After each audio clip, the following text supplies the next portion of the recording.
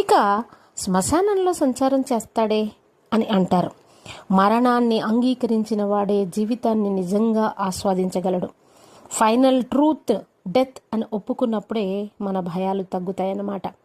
ఇవి కేవలం భక్తి కథలు మాత్రమే కాదండి, మన మనసును శిక్షణనిచ్చే అద్భుత ప్రతీకలు.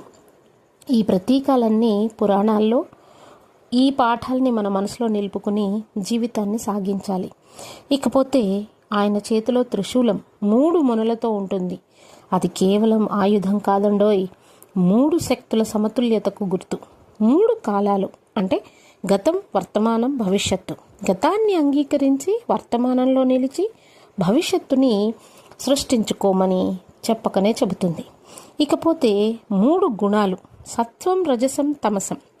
మనలోని శాంతి, చర్య, అలసత్వం, ఈ 3ంటిని నియంత్రించడమే జీవన సమతుల్యానికి సాకారం చేసుకునే బాట అవుతుంది. ఇక 3 బాధలు, శారీరక, మానసిక, బాహ్య బాధలు.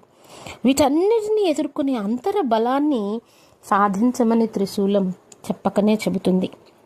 జీవితంలో ఎంత గందరగోళం వచ్చినా మధ్యలో దృఢత్వాన్ని ఎట్టి పరిస్థితుల్లో కోల్పోవద్దు అని